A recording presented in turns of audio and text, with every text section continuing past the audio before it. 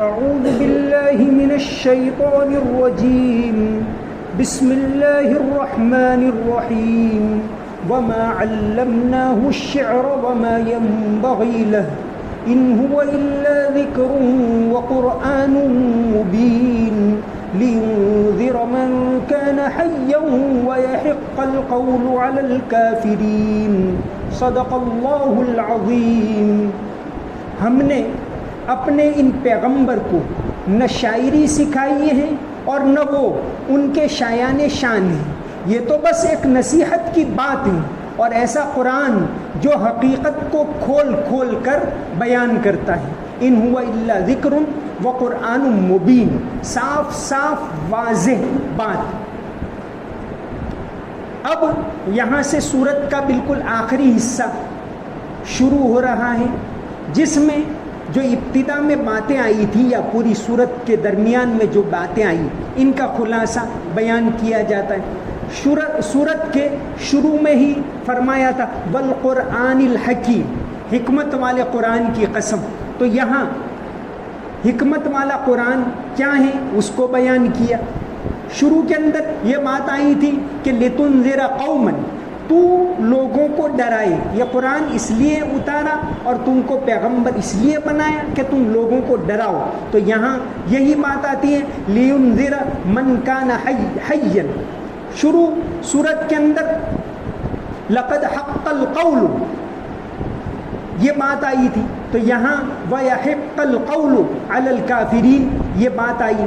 تو مطلب وہی باتیں اب ان کا خلاصہ یہاں بیان کیا جاتا ہے. تو پہلی بات قرآن کیا ہے، اس قرآن کو تم کیا سمجھتے ہو؟ وَمَا عَلَّمْنَاهُ الشِّعْرَ، یہ کوئی شاعری نہیں، ایک انوکھا کلام، ایک عجیب طرح کا کلام جس کے عجائب نبی کریم صلی اللہ علیہ وسلم نے فرمایا قیامت تک ختم نہیں ہوں گے، لا تنقضی عجائبہ. تو یہاں سب سے پہلی بات آئی کہ یہ پیغمبر تمہیں جو سنا رہے وما علمناہ الشعر وما ينبغی لہ، یہ نہ تو شاعری ہے اور نہ شاعری ان پیغمبر کے شایان شان ہیں. ان کی شان کے اندر مناسب نہیں ہے کہ وہ شاعری کہیں، شاعرانہ کلام کہیں. وما ينبغی لہ سورت کے اندر یہ دوسری مرتبہ آیا. ایک تو سورج کے لیے آیا للشمس ينبغی لہا، یہاں پیغمبر صلی اللہ علیہ وسلم کے لیے آیا وما ينبغی لہ، کیونکہ آپ صلی اللہ علیہ وسلم سورج ہیں. آپ صلی اللہ علیہ وسلم کو بھی قرآن کریم نے چراغ کہا. انا ارسلناک شاہدا ومبشرا ونذیرا وداعیا الی اللہ باذنی وسراجا منیرا، کہ آپ روشن کرنے والے چراغ ہیں. اور سورج کو بھی وجعل القمر فیہن نورا والشمس سراجا، سورج کو بھی قرآن میں اللہ تبارک و تعالیٰ نے سراج یعنی چراغ، دیا جو روشنی پھیلائے، یہ کہاں ہے؟ تو فرمایا کہ وما علمناہ الشعر، شعر نہ تو آپ کے شایان شان ہیں اور نہ ہم نے آپ کو شعر سکھایا ہے. اس سے مراد شاعری کی نفی نہیں. ایک بہت اچھی بات حضرت ابن عربی نے کہی، تفسیر قرطبی نے اس کو بیان کیا ہے. ابن عربی فرماتے ہیں کہ هذه الآیت لیست من عیب الشعر، کہ یہ آیت کوئی شاعری کا عیب بیان نہیں کر رہی. ہاں بری شاعری ہے وہ تو بری ہے ہی.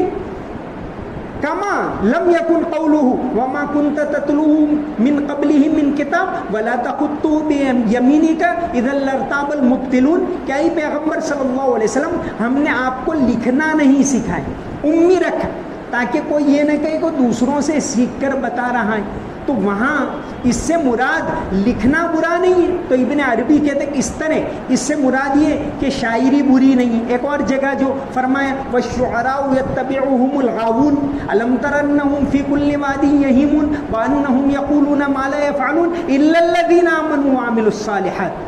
عربی کے اندر جو استثناء کے بعد جو اللہ کے بعد آتی ہے وہ بات اہم ہوتی ہے. والعصر ان الانسان لفی خسر الا الذین آمنوا وعملوا الصالحات کہ انسان نقصان میں ہے لیکن یہ انسان نقصان میں نہیں ہے جو آمنوا ایمان لائے وعملوا الصالحات اچھے کام کرے وتواصوا بالحق آپس میں ایک دوسرے کو حق بات کی تلقین کرے وتواصوا بالصبر. تو اصل مراد بعد کی بات ہوتی. تو ہر تمام شاعر ایسے نہیں ہوتے بلکہ بہت سی جگہوں پر حدیث میں شاعری کی تعریف بھی کی گئی ہے. ایک حدیث الادب المفرد امام بخاری کی ایک کتاب تو ہے بخاری شریف, ان کی ایک اور کتاب ہے الادب المفرد. الادب المفرد میں امام بخاری ایک حدیث لاتے ہیں حضرت ابن عباس رضی اللہ عنہ سے کہ ایک دیہاتی آپ صلی اللہ علیہ وسلم کے پاس آئے تھے تو دیہات لیکن بہت صاف زبان میں بات کرتے تھے. جب وہ گئے تو آپ صلی اللہ علیہ وسلم نے فرمایا ان من البیان سحرا وان من الشعر حکمتا کہ بہت سی بات ہوتی ہیں وہ جادو کا اثر کرتی. بعض مرتبہ بات ایک ہی ہوتی لیکن کہنے والا الگ ہوتا ہے, بات اثر کرتی. ان من البیان سحرا وان من الشعر حکمتا کہ بعض بات ہوتی ہے وہ جادوئی اثر کرتی اور بعض اشعار ہوتے ہیں وہ حکمت سے بھرے ہوتے.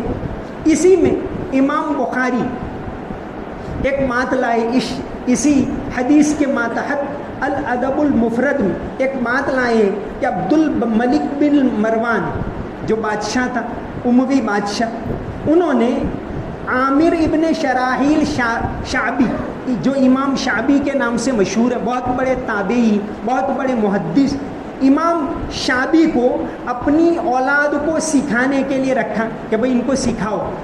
ایسا مروان عبد الملک بن مروان نے امام شعبی کو جب رکھا عامر ابن شراحیل شعبی کو تو کہا 4 باتوں سے حکمت آتی ہے. پہلی بات علمہم الشعر یمجدوا وینجدوا کہ ان کو شعر سکھانا ان کی ذہانت نکھر آئے گی. دوسری بات کہی کہ اطعمہم اللحم یشتد قلوبہم کہ ان کو گوشت کھلانا ان کے دل مضبوط ہوں گے.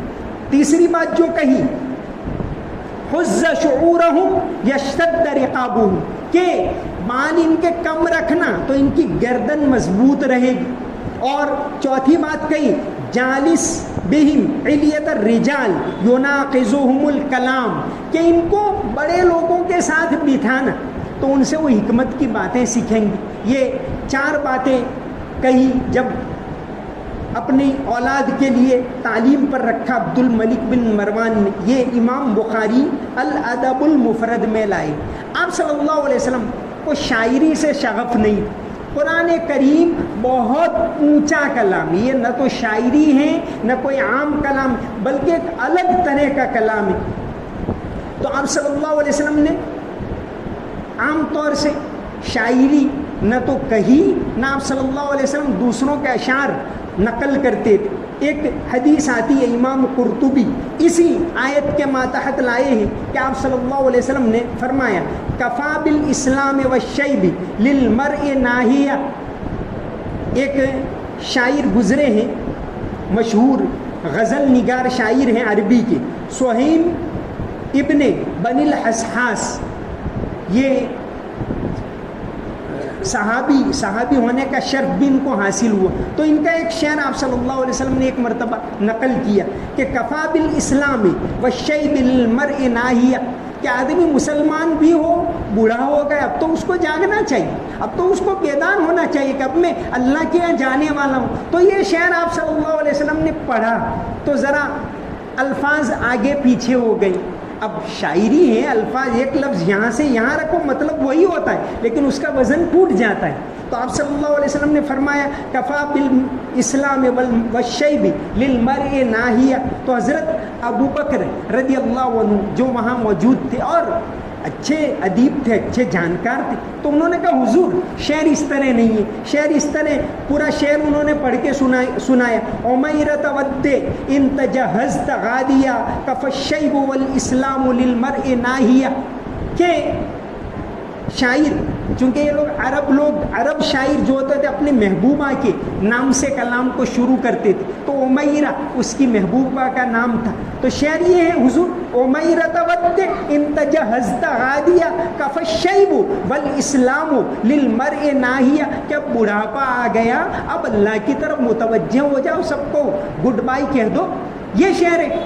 آپ صلی اللہ علیہ وسلم نے پھر سے یہی الفاظ دہرائے، لیکن پھر سے آپ صلی اللہ علیہ وسلم نے وہی کہا کہ کفا بالاسم اسلام والمرء، الاسلام کو پہلے لائے اور الشیب کو بعد میں لائے. تو حضرت ابو بکر مسکرائے اور حضرت عمر بھی وہاں موجود تھے جیسا کہ حدیث میں آتا ہے، اور فرمایا کہ حضور اللہ تبارک و تعالیٰ نے بالکل سچ فرمایا، وما علمناہ الشعر وما ينبغی لہ، کہ پیغمبر کے شایان شان یہ شاعری ہیں ہی نہیں. ایسے کئی واقعات آتے. تو آپ صلی اللہ، ایک لبید کا ایک شعر ہے، آپ صلی اللہ علیہ وسلم نے حدیث میں لائے.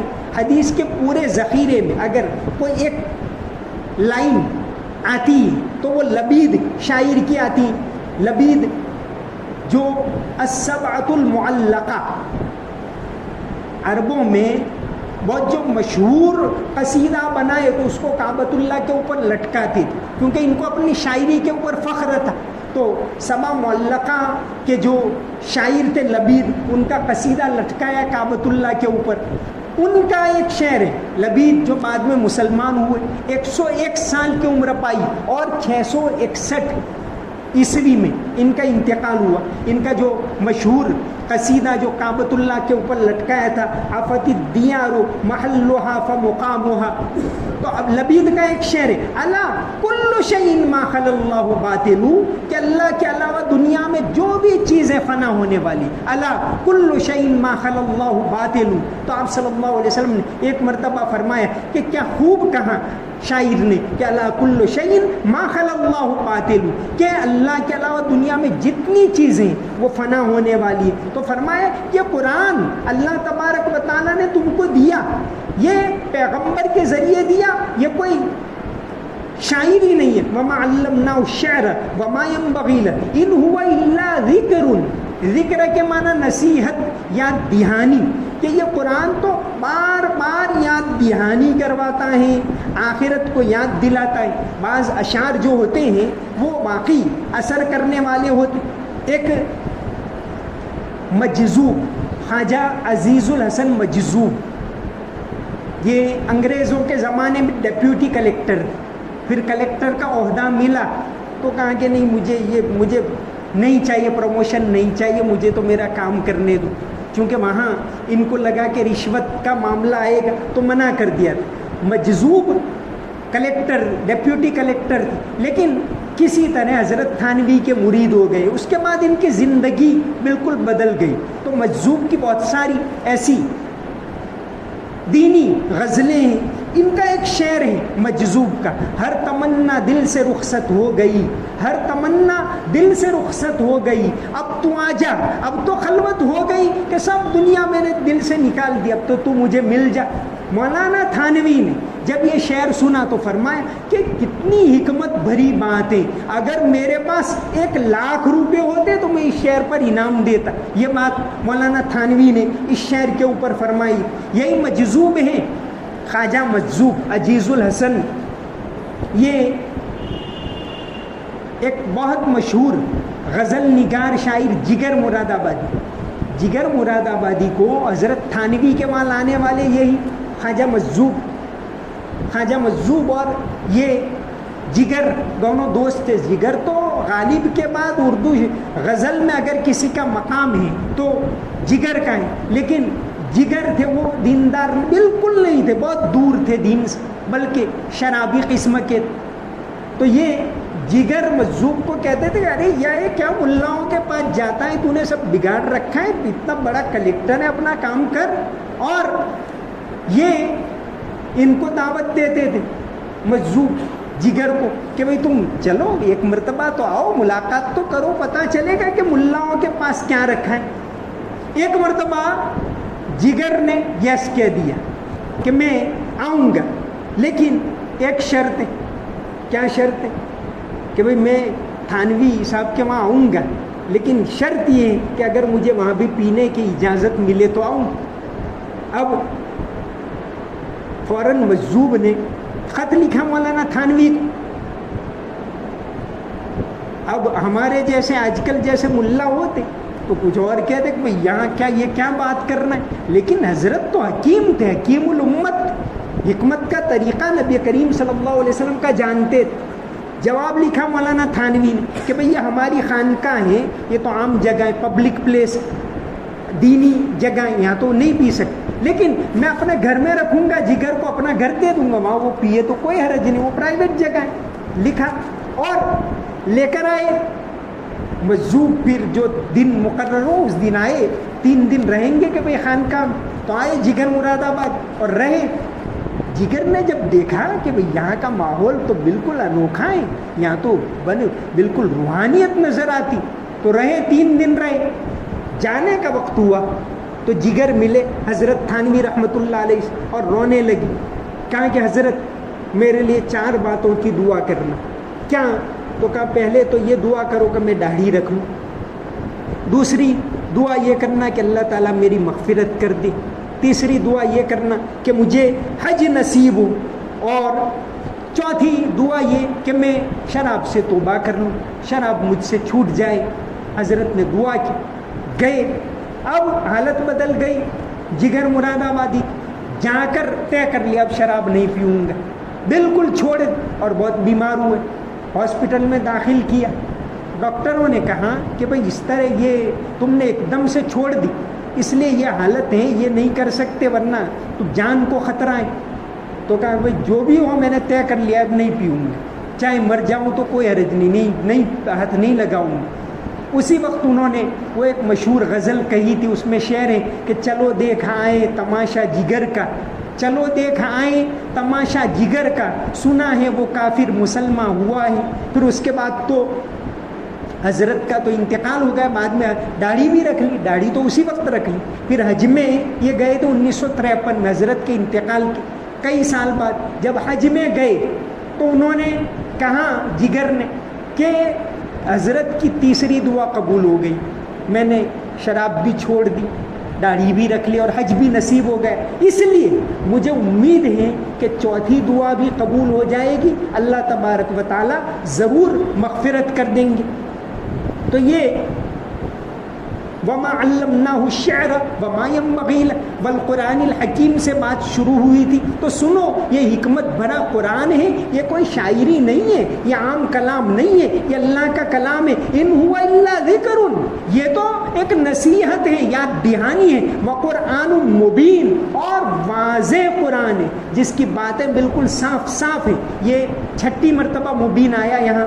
لِيُنذِرَ مَنْ كَانَ حَيًّا، اب قرآن کا مقصد کیا، پیغمبر کا کام کیا، شروع میں آ گیا لِتُنذِرَ قَوْمًا مَا أُنذِرَ آبَاؤُهُمْ، کہ تم لوگوں کو ڈراؤ، چوکنا کرو، اللہ کی یاد دلاؤ. تو یہاں قرآن کا کام آیا لِيُنذِرَ مَنْ كَانَ حَيًّا، کہ تم ڈراؤ ان لوگوں کو. لِيُنذِرَ، وہ پیغمبر ڈرائیں ان لوگوں کو، مَنْ كَانَ حَيًّا، جس کا دل زندہ ہے. قرآن تو ہے سب کے لیے، پوری کائنات کے، صرف مسلمانوں کے لیے نہیں. قرآن اللہ کی کتاب ہے، ساری دنیا کے لوگوں کے لیے ہے. اب غیر مسلم کو قرآن دے سکتے ہیں کہ نہیں؟ بالکل دے سکتے ہیں. بھئی وہ وضو، ہاں وہ تاکید کریں وہ ٹھیک ہے، لیکن وضو کے مکلف ہمیں، وہ نہیں. وہ تو کوئی اسلام کو مانتا ہی نہیں، وہ بے وضو بھی پکڑے تو کوئی حرج نہیں، ہم کو تو گناہ نہیں ہوگا. دے سکتے، غیر مسلموں کو دینا چاہیے. اس سلسلے میں ایک وہ فرام MTV ٹو مکہ، ایک بہت مشہور یورپین MTV کی وہ تھی، MTV جو بہت مشہور ہے فحاشی پھیلانے کے اندر، اس کی انہوں نے ایک کتاب لکھی ہے، نام ابھی میرے ذہن سے نکل گیا. ان کی کتاب ہے فرام MTV ٹو مکہ. جب وہ اس بعد نے اسلام قبول کر لی، ایک زمانے میں وہ MTV میں تھے اور ایک زمانے میں اسلام قبول کر لی، تو اس کا جو فارورڈ ہے، کتاب کی تمہید ہے، اس کے اندر اس نے لکھا ہے کہ 1992 کے، بھئی میں یہ قرآن کیسے مجھے پہنچا، اسلام کیسے پہنچا؟ پوچھا لوگوں نے بھئی تم نے اسلام قبول کیا تو اسلام کو جاننے کی شروعات تم نے کب سے کی؟ تو اس کے اندر انہوں نے لکھا ہے کہ 1992 میں، جب چونکہ ابھی تو شروع یہ گلوبل ٹی وی کا شروع کا زمانہ تھا، تو کہ جب یہ پاکستان کی ٹیم ورلڈ کپ جیتی تو کہ بھئی میرا، وہ لکھتی ہے کہ میرا اسلام لانے کا سبب بنا وہ عمران خان، کیسے؟ تو کہ جب یہ ٹیم ورلڈ کپ جیتی تو میں انٹرویو لینے کے لیے چلی گئی پاکستان، اور ان کا انٹرویو لیا، ان کے گھر گئی.